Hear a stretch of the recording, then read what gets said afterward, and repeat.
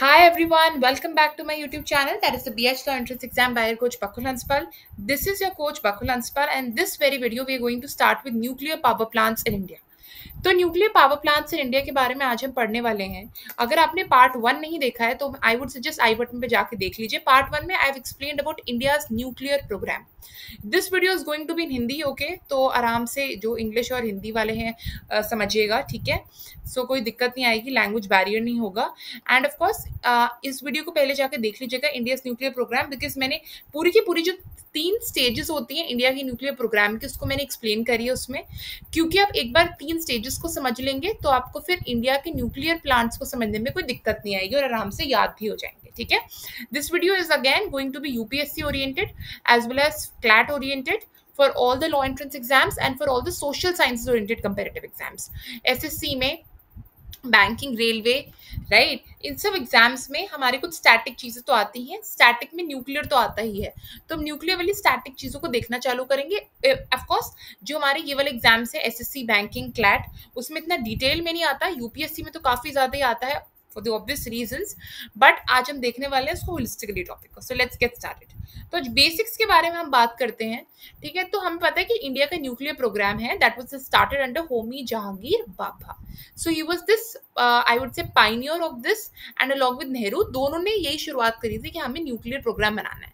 And nuclear programme को हम majorly जब बात हुई थी शुरुआत के लिए तो पीसफुल पर्पसेस के लिए हमें इसको बनाना है. So we don't want to prepare it let's suppose military के लिए, है ना, मिलिट्री पर्पसेस या फिर war like purposes, but rather for peaceful purposes we wanted to create it. जैसे यार इलेक्ट्रिसिटी जनरेट करने के लिए it could be I would say renewable source of energy. ऐसा क्यों? क्योंकि इलेक्ट्रिसिटी के लिए जो आप कोल यूज करते हो, ठीक है, थर्मल एनर्जी को यूज करते हो. So in that case if you use nuclear, so nuclear तो हो जाएगी ना रिन्यूएबल सोर्स ऑफ एनर्जी और renewable source of energy rather. So in that case क्योंकि रिन्यूएबल, अगेन कुछ चीज़ और में चलती जाऊँ, जो अगर किसी को नहीं पता, कोई बहुत फ्रेशर है, क्लैट के लिए वीडियो देख रहा है, तो मैं बात करूँ renewable source of energy. Renewable source of energy का मतलब होता है वो आराम से रिन्यू हो जाती है, ठीक है, ह्यूमन के लाइफ स्पैन के टाइम पर ही, right. And non renewable source of energy होता है जो ह्यूमन के लाइफ स्पैन में रीजनरेट नहीं हो पाती. फॉर एग्जाम्पल मैं बात करूँ कोल, तो कोल में प्लांट्स और एनिमल्स के रिमेन्स को डीके होना पड़ता है ओवर मिलियंस ऑफ ईयर्स, तब जाके बनता है कोल. तो मतलब ह्यूमन लाइफ स्पैन में तो कोल बनना पॉसिबल नहीं है ना. लेकिन जब मैं बात करूँ सनलाइट या फिर सोलर एनर्जी, वो तो आपको एवरी डे मिल जाती है ना. तो अगर मैं बोलूँ उसको रीजनरेट करना मतलब उसे दोबारा लाना, वो तो नेक्स्ट डे आपको मिल जाती है ना. तो ह्यूमन के लाइफ स्पैन में ही वो मिल जाती है, right. So in that case ये हमारा हो जाएगा रिन्यूएबल सोर्स ऑफ एनर्जी और हो जाएगा non renewable source of energy. Fine. अच्छा, रिन्यूएबल सोर्स ऑफ एनर्जी को एक बात याद रखना, कभी कभार एमसीक्यू में पूछा जाता है, रिन्यूएबल की जगह वो लिख देंगे non conventional source of energy. तो अगर आपको मान लीजिए सोलर एनर्जी चूज करना है, इतना बेसिक तो क्वेश्चन आएगा नहीं ऑफकोर्स, बट एग्जाम्पल दे रही हूँ.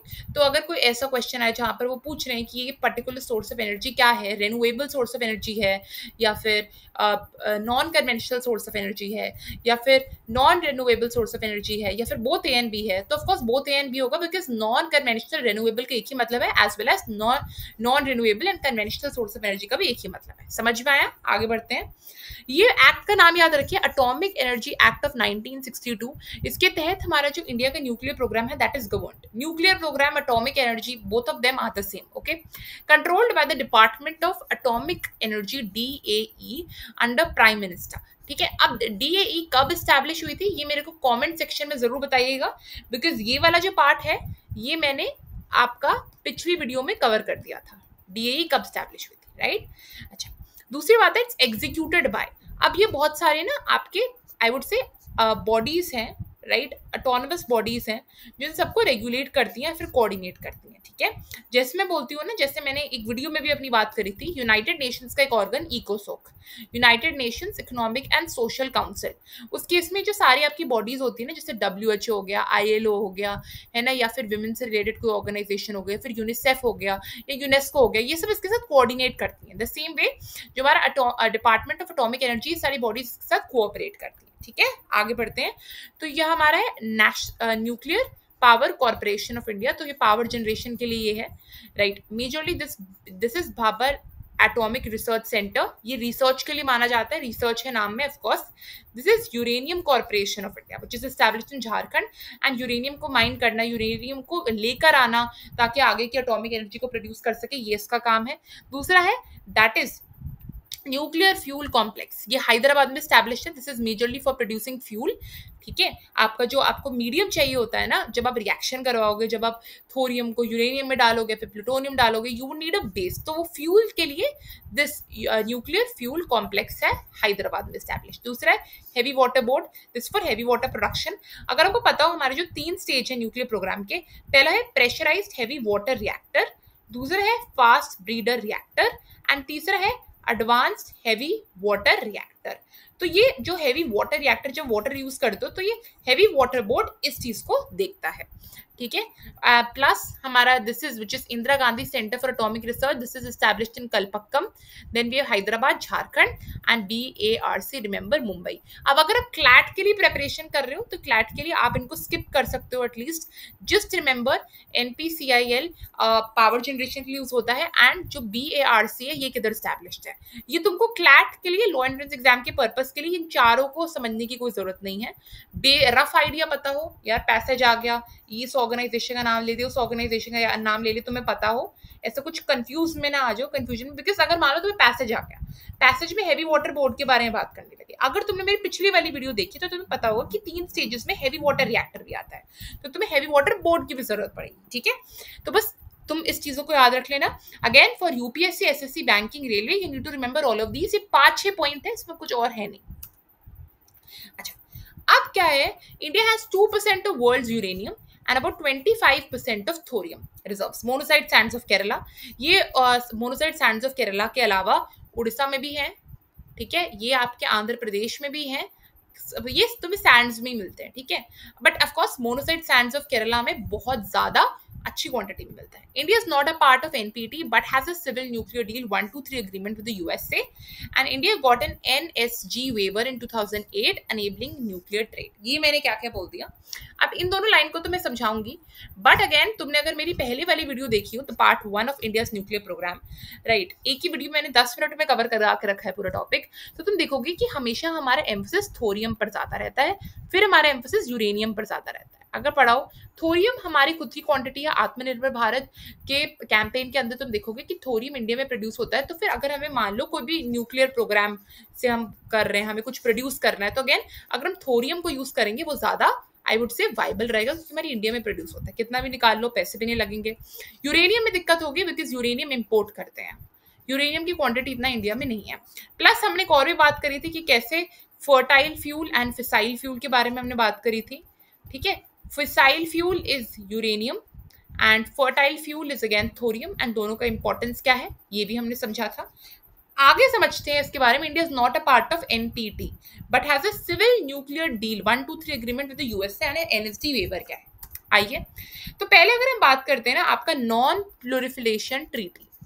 ठीक है, प्लोरिफिलेशन का मतलब होता है आपका प्लोरिफिलेशन, इसका मतलब होता है कि इसका आई वुड से एक्सपेंशन. ठीक है, हम बोलते हैं ना बैक्टीरिया ज्यादा प्रोलिफरेट ना करे, इसका मतलब एक्सपैंड ना करे उसकी ग्रोथ, है ना.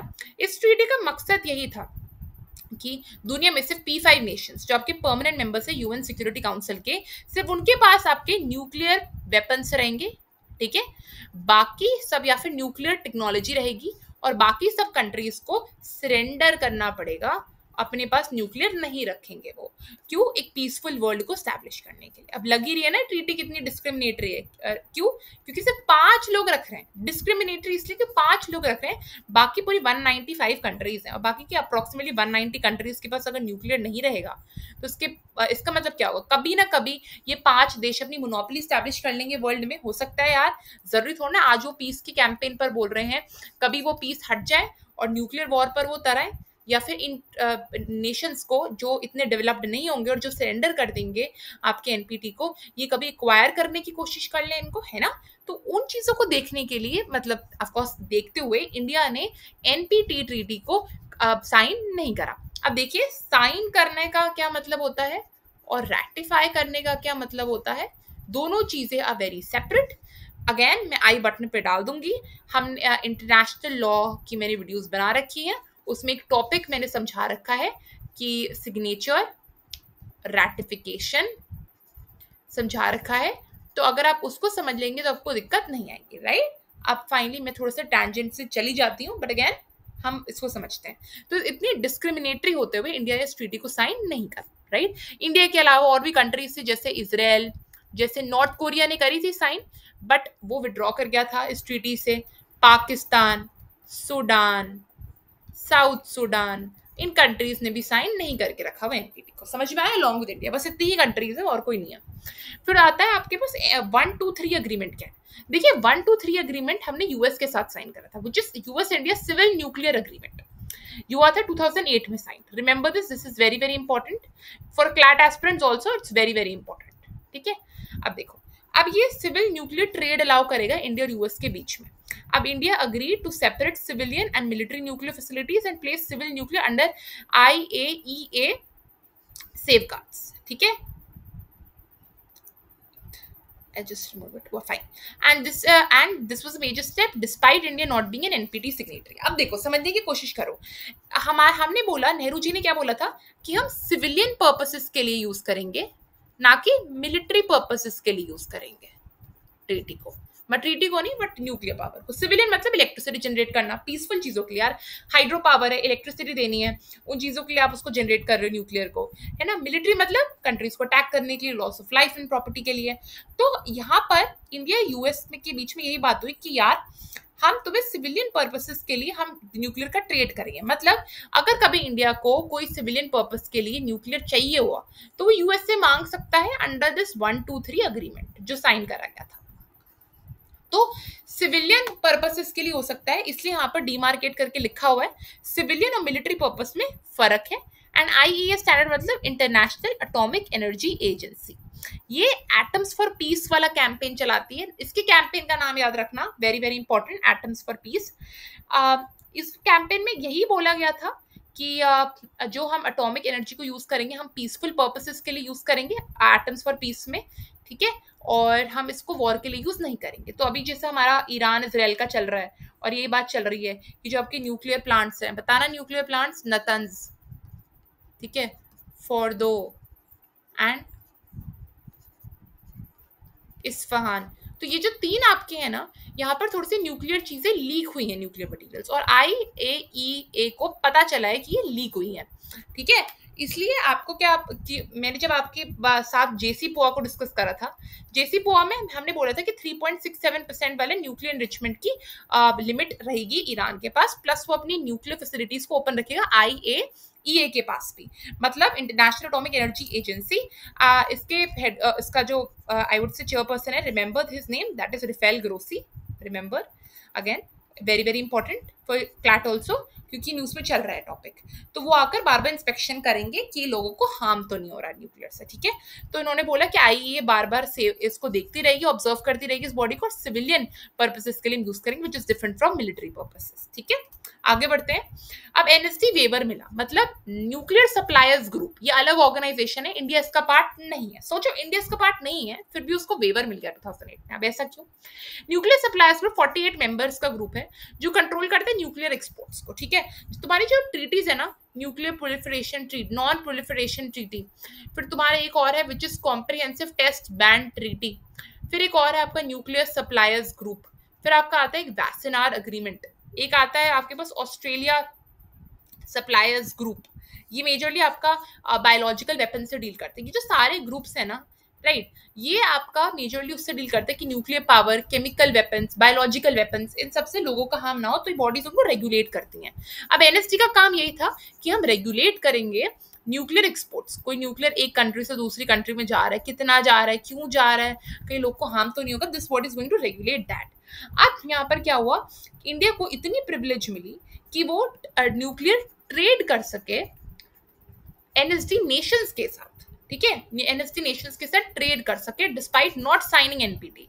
ठीक है, एनपीटी में तो बोला गया था ना कि तुम्हें न्यूक्लियर वेपन्स को अपने सरेंडर करना पड़ेगा, सिर्फ P5 के पास होंगे, राइट। तो इन दैट केस इंडिया के पास, इंडिया ने साइन भी नहीं कर रखी एनपीटी, सोचो। और उसके बावजूद मतलब इंडिया के पास न्यूक्लियर वेपन्स होंगे और वो न्यूक्लियर वेपन से ट्रेड भी करेगा एनएसटी नेशंस के साथ, जस्ट बिकॉज इंडिया के रिलेशंस बहुत अच्छे हैं with countries like USA, Russia, France, UK, all of these. France is a major, I would say, country that leads it, and इसकी वजह से फ्रांस के साथ इंडिया के रिलेशंस बहुत अच्छे हैं। जैसे लक्ष्मण जी भी बोला गया था फ्रांस को, ठीक है, इमैनुअल मैक्रो को, तो रिलेशंस बहुत अच्छे हैं।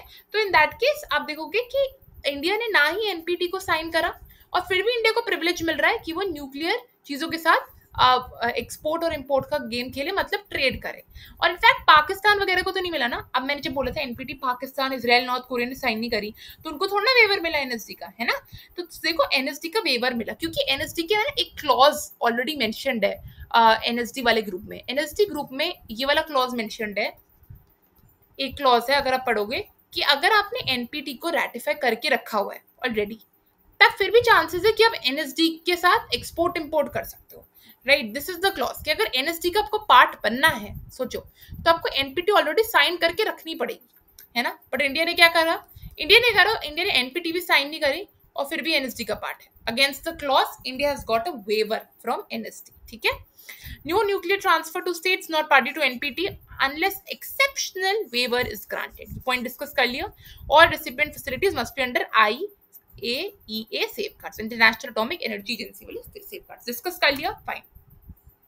अब रीसेंट हमारी जो खबर मिली है वो है कि पहला स्मॉल मॉड्यूलर रिएक्टर स्टैब्लिश हुआ है बिहार में, ठीक है, एज अ स्टेट, ठीक है। Let's understand.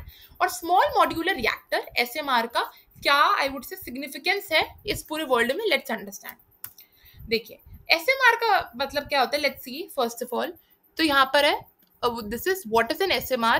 It's a small modular reactor with a capacity which is less than 300 megawatts, ठीक है। Again it's less than 300 megawatts. फिर modular factory fabricated, easier to transport and assemble, ideal for remote water scarce और low grid areas, ठीक है। एक चीज को समझने की कोशिश करो, हाँ, जब भी मैं बात करती हूँ ना इसकी, जैसे एसएमआर की स्मॉल मॉड्यूलर रिएक्टर, तो ये जो छोटे छोटे आपके न्यूक्लियर रिएक्टर्स होते हैं ना, ये फैक्ट्री में बनते हैं, और फैक्ट्री में बनते हैं, बल्क में बनते हैं, लेकिन बहुत आपको प्रिसिशन के साथ बनते हैं, अगेन बहुत ध्यान से बनते हैं, और ये लाइट वेट होते हैं, तो उनको फैक्ट्री से दूसरी जगह मूव कराया जा सकता है, एक न्यूक्लियर साइट पर पहुंचाया जा सकता है आराम से। This is an ASMR. लेकिन ऐसे यूजुअली ये इंडिया का पहला एसएमआर है देखा जाए तो, right, which is first of all kind, fork, which is also a kind of a term in economy which is used first of all times। कोई टेक्नोलॉजी अगर पहली बार यूज हो रही हो किसी पर्टिकुलर जगह, उसको बोलते हैं fork, which is first of all kind। अब देखो इसको समझने की कोशिश करो, इंडिया का ये फर्स्ट एसएमआर है। इससे पहले जो अब तक के लगे हुए वो लगे आपके कन्वेंशनल रिएक्टर्स। अब कन्वेंशनल रिएक्टर्स की कैपेसिटी कितनी होती है, मोर देन 700 मेगावाट्स होती है उनकी कैपेसिटी, ठीक है। Long time site construction, high water dependency, requires active system. इसका मतलब मान लो एक जगह ले लेती हूँ मैं, Narora. Narora nuclear power plant किधर है, यूपी में स्टैब्लिश्ड है। अब नरोरा में लगा हुआ है एक कन्वेंशनल रिएक्टर, इसका मतलब सालों साल लगे नरोरा वाली साइट में रिएक्टर्स को तैयार करने में, तो वो नरोरा में ही आपके रिएक्टर्स स्टैब्लिश हो रहे थे, ठीक है, न्यूक्लियर रिएक्टर्स बन रहे थे, और इसको सेवरल ईयर्स लग गए इनफैक्ट बनने के लिए। लेकिन अगर मैं बात करूँ ना एक एसएमआर टेक्नोलॉजी के लिए, तो आपका जो न्यूक्लियर साइट है उसमें जो रिएक्टर्स है बाहर से लाकर बस इंस्टॉल कर दो, जो फैक्ट्री में आपने बनाए हैं। छोटे छोटे होते हैं, ठीक है, फास्ट होते हैं, और कम वाटर की रिक्वायरमेंट होती है, क्योंकि इतने साल नहीं लगते बनने में, फैक्ट्री में बनते हैं। अब अगेन प्राइस हमारा is a major factor to focus upon. SMR का प्राइस ऑफकोर्स कन्वेंशनल रिएक्टर से ज्यादा है, बिकॉज उसमें काफी हाई टेक्नोलॉजी यूज हो रही है, high technological know how use कर रहे हैं, इसलिए इसका प्राइस ज्यादा है। अब कन्वेंशनल रिएक्टर का प्राइस ऑब्वियसली कम है, क्योंकि वो ट्रेडिशनल चीजों से बनता है, उसको बनने में बहुत साल लग जाते हैं, ट्रेडिशनल चीजों में बनता है। इंडिया का जो बिहार में इनफैक्ट बन रहा है, that is the first ASMR in the country, ठीक है। एग्जैक्ट डिस्ट्रिक्ट अनाउंस करेंगे, एसएमआर है, एस्टिमेटेड है 100 to 200 megawatt, less than 300 megawatts होना चाहिए, सो this is between 100 to 200, announced 2014 under planning, Department of Atomic Energy, of course, India का first ASMR project है। ये काफ़ी लाभदायक होते हैं अगर किसी जगह में इलेक्ट्रिसिटी नहीं आ रही, इलेक्ट्रिसिटी पहुँचानी, कोई रिमोट एरिया है, लो पावर अवेलेबिलिटी आसपास रीजन में, कम लैंड है, कम पानी है ना? अगर एनर्जी आपको पहुँचानी है रूरल और इंडस्ट्रियल यूज़ के लिए separately which is decentralised, enhances energy security and Atmanirbhar Bharat, because हम इंडिजीनियस प्रोडक्ट्स इसको बना रहे हैं, इसलिए हमने इसको बोला था this is a first of all kind. ठीक है, I think I have covered everything. इसमें तो कन्वेंशनल क्यों होता है, इंडिया में अब तक सारे कन्वेंशनल ये बनने में बहुत टाइम लगता है, लेकिन जो एसएमआर होते हैं एसएमआर जल्दी बन जाते हैं फैक्ट्री में और आ जाते हैं। प्राइस ऑफकोर्स ज़्यादा होता है, लेकिन प्राइस सिर्फ सेटअप के टाइम पर होता है, तो जो इनिशियल कॉस्ट होती है ना दैट इज हाई, बट जो सब्सिक्वेंट कॉस्ट होती हैं that is very low in case of an SMR. However आपका जो कन्वेंशनल वाले रिएक्टर्स होते हैं उसमें the initial cost is less but the subsequent cost is more only, high only. समझ में आया? आई होप आपको समझ में आया हो। इसमें इतने एसएमआर में सेफ्टी स्टैंडर्ड्स भी नहीं लगते, अच्छे से प्रिसिशन के साथ फैक्ट्री बन के आई होती है, लेकिन यहाँ पर एक्टिवली चाहिए होता है बिकॉज वो ट्रेडिशनली बने होते हैं। ठीक है,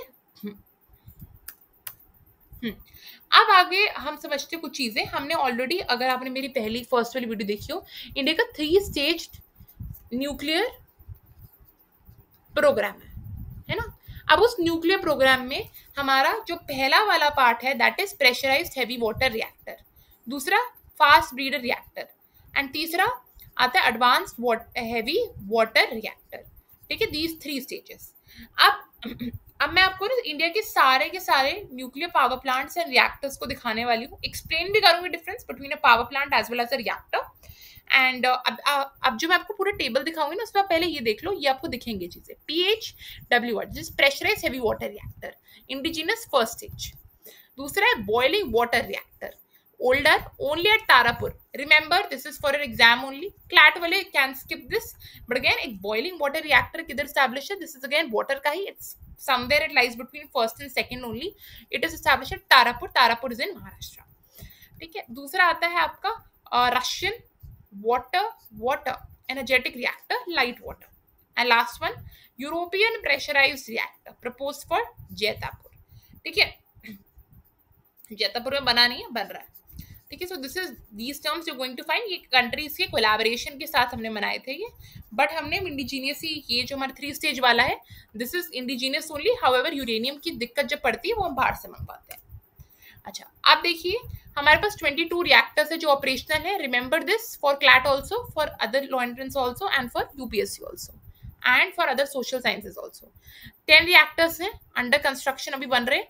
न्यूक्लियर कैपेसिटी पूरी हमारी है 7,480 मेगावाट्स की पूरी हमारी कैपेसिटी है, and target by 2031 is going to be 22,480 megawatts. Remember India का न्यूक्लियर प्रोग्राम है ये कि हमारा जो अप्रोक्सीमेटली 80 मेगावाट्स है उसको हमें अप्रोक्सीमेटली 23 मेगावाट्स तक लेकर जाना है। ठीक है, फिर दूसरा इंडिया का first ASMR is in Bihar. Remember 22 nuclear reactors है कंट्री में। ओके, अब थोड़ा समझने की कोशिश करते हैं। 22 रिएक्टर्स है कंट्री में, टोटल इंस्टॉल कैपेसिटी 7,480 मेगावाट्स, पहुंचानी कितनी तक है 23,000 मेगावाट्स जो भी अप्रॉक्स। अब 7 मेजर साइट, अब साइट और रिएक्टर में फर्क क्या है? अब देख लीजिए, तारापुर है, एग्जाम्पल ले रही हूँ तारापुर, एक यहाँ पर बॉइलिंग वाटर रिएक्टर जो लगा हुआ है सिर्फ तारापुर में लगा हुआ है, ओनली एट तारापुर। ठीक है, आप दूर समझने की कोशिश करते हैं तो एक न्यूक्लियर साइट हो सकती है, न्यूक्लियर साइट हो सकती है तारापुर। ठीक है, ये न्यूक्लियर साइट है, यहाँ पर बहुत सारे रिएक्टर्स हो सकते हैं, मान लो 4 रिएक्टर्स है तो these are 4 reactors in nuclear site. हाँ, बच्चों को बहुत कंफ्यूजन होता है। In fact when I was also studying this topic मेरे को भी बहुत कंफ्यूजन हुआ था।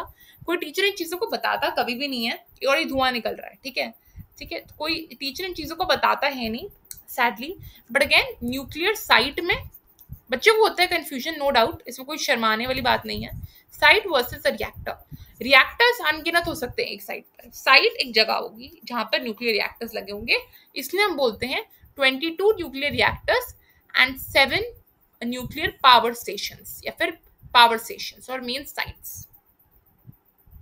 आज इधर तारापुर महाराष्ट्र में, रिमेंबर राजस्थान में, राजस्थान है रावत भाटा nuclear power plant, I'll write it. Rawat भाटा.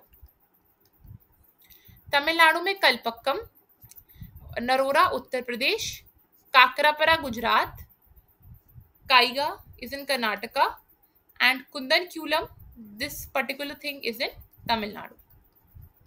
ठीक है, सबकी टोटल कैपेसिटी ऑलरेडी दे रखी है. क्लैट के लिए कैपेसिटी को लर्न करने की कोई ज़रूरत नहीं है.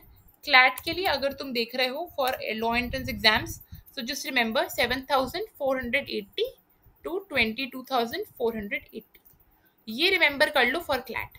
Not specific nuclear numbers for CLAT.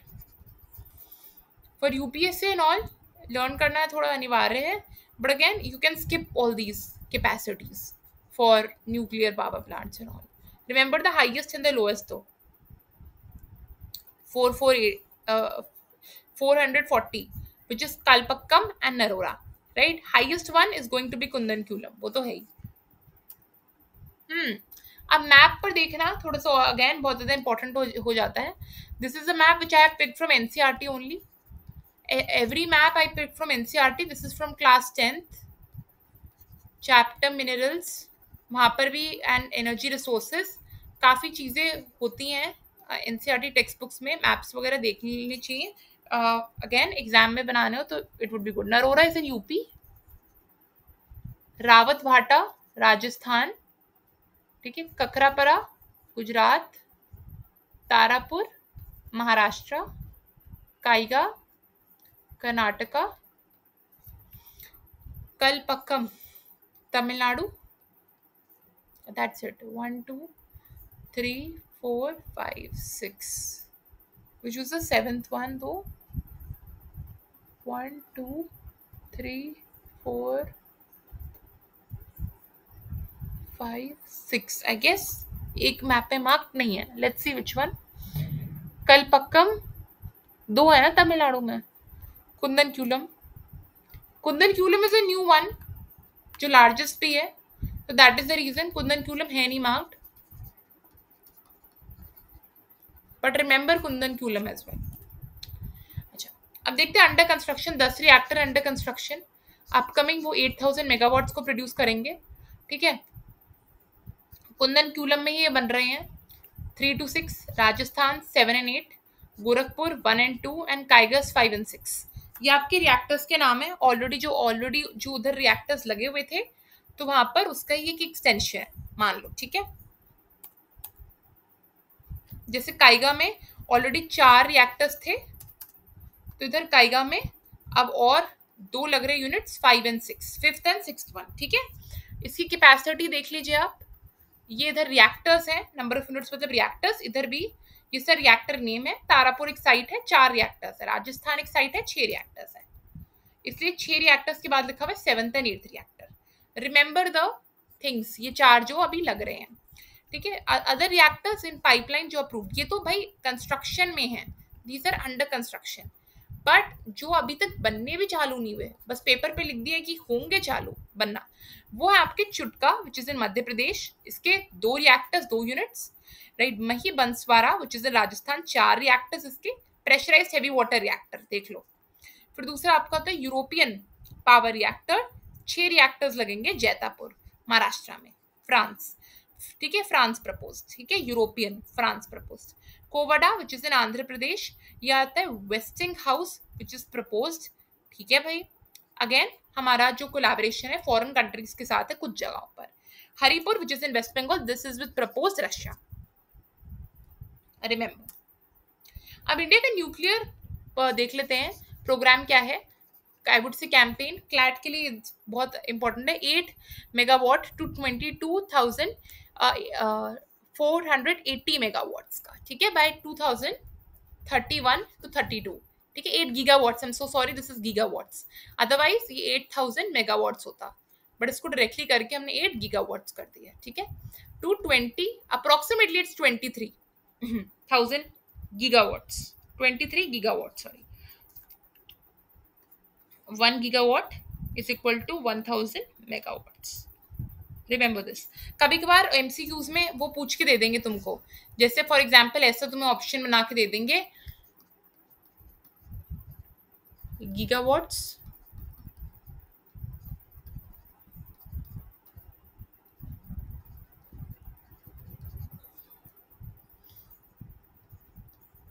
किस ऑप्शन पे टिक करोगे? To be precise 7.48 gigawatts. ठीक है, आगे आ जो 10 रिएक्टर है अंडर कंस्ट्रक्शन जो हमने पढ़ लिया, और 8000 मेगावाट की कैपेसिटी। 10 रिएक्टर्स क्लियर हो जाएंगे 2031-32, एंड ऑफ कोर्स इसको एम कर रहे हैं वो विच इज 22,480 मेगावाट्स को। लॉन्ग टर्म गोल है इसका, अब देखिए 2047 में we aiming for 100 gigawatts. This means we are aiming for 1 lakh megawatts, again a very big number as part of विकसित भारत वाला प्लान। ठीक है, एंड एनपी से national nuclear power corporation of India, it basically targets to contribute 50,000 megawatts by 2047। वो भी अकेले generate करने की कोशिश करेगी। Again you just try to remember, हमारा जो अभी का है which is 7,480, we want it to be increase from 7,480 to 22,480 and further to 100 gigawatts. This is megawatt. CLAT के लिए नंबर्स बहुत इंपॉर्टेंट है, SSC banking railway defence and all के लिए स्टैटिक पार्ट्स बहुत इंपॉर्टेंट है।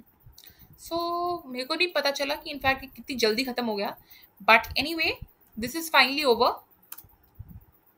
अगर आपको वीडियो बहुत अच्छी लगी so do like share comment and subscribe to my YouTube channel and hit the bell icon as well, so that कोई भी न्यू वीडियो हो तो आपको जल्दी से अपडेट मिल जाए।